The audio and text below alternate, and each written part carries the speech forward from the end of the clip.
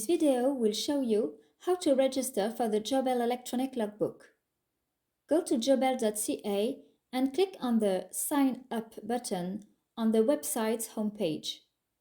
On the registration page that appears, enter your phishing identification number.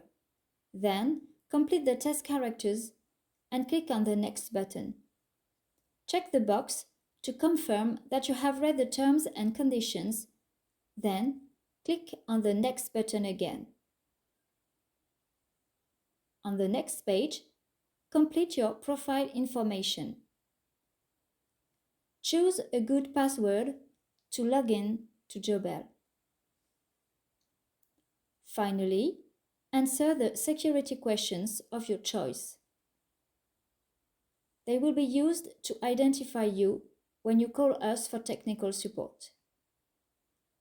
And click on the Login button. You will be directed to the modules page. Click on the message "Click here to get your e-log key," which is flashing red. Click on the blue link that will take you to GFO's e-log key system. Take your username and password to log in to the GFO online phishing license system.